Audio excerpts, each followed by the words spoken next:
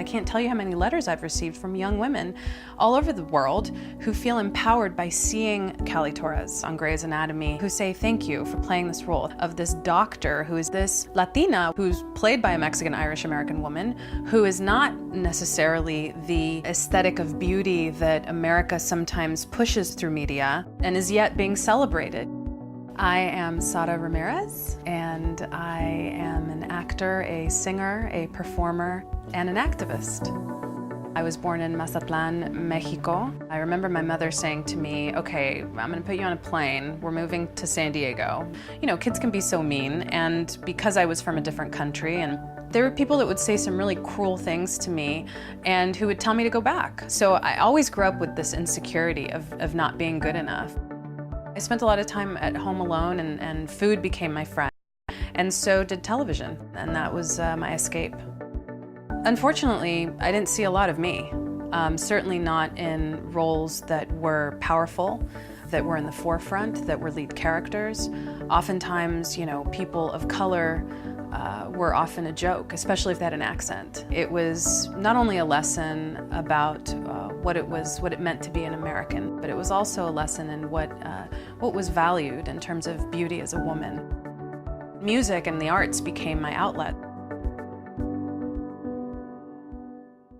Around 10th grade is when I was discovered. I sang for an audition, and immediately the director took me by the hand and he walked me to all the different classes, and then suddenly I was on this trajectory. It felt really good. You know, the broken-hearted little girl whose family fell apart and who missed her father and missed her mom being home. So that's when I said, maybe I do want to be an actor. Maybe I do want to be a singer and a performer. The Cape Man was my first Broadway show. It was a very exciting process because I knew Paul Simon had written the musical. I had also booked You've Got Mail. Things were feeling sort of easy breezy for a little while there, and I didn't really know to appreciate that until at a certain point I hit a wall. What I was hearing a lot was, well, we've already cast the lead role and she's, you know, of course she's gonna be white, and then we've cast the best friend to be black, so we're not really sure where to put you. So sorry, all the roles were taken, and I just thought that was ridiculous.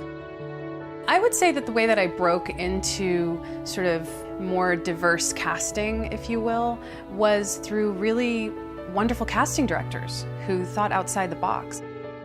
My role as the Lady of the Lake in Spamalot was very nonspecific. It was really a monster of a role in the best way imaginable, and such an incredible challenge for me. I was thrilled when I came in to audition for it. Nobody said that the role was white or black or brown. Towards the end of my Spamalot run, I happened to get a call from my agents again saying, you know, ABC saw you in Spamalot and they would like to work with you on some sort of arc. And I couldn't even believe this was happening, by the way, because this never happens. And so once I got past that, I tried to focus and I said, yeah, Grey's Anatomy interests me very much. One of the things that Shonda Rhimes said to me about the character of Dr. Callie Torres was, she does not suffer fools lightly. And I thought, I'm gonna like this Callie Torres. She sounds pretty cool. And what ended up developing was a very strong and vulnerable character. I had heard some grumblings about maybe possibly having a character sort of reveal that they had a different sexual orientation than what everybody thought they had. And when I heard that, I thought, I've always felt strongly that I'm an advocate for the LGBTQ community. So I said, I think it would be beautiful to show a character go through that process, because I think a lot of times in this culture, many of us are shamed for not knowing exactly who we are and being able to say what that is. We decided to press forward with it because we felt that it was an important story to tell. Proposition 8 on the November ballot. I think that increasing visibility of diverse characters who are more than just one-dimensional and interesting and rich is important because it opens the conversation between different communities, whether you relate to those characters or not. It can serve as an educational piece, and for the person that can relate to that, it's an incredible mirror that says, hey, we see you. You know, the fight isn't just about marriage equality anymore. Now we got to turn our focus to other just as important issues like discrimination in the workplace, discrimination in terms of finding housing, discrimination in so many areas of life. I've been really lucky and blessed in playing this character because she is not only a badass at her profession, she's a badass in life, man. She has survived it all.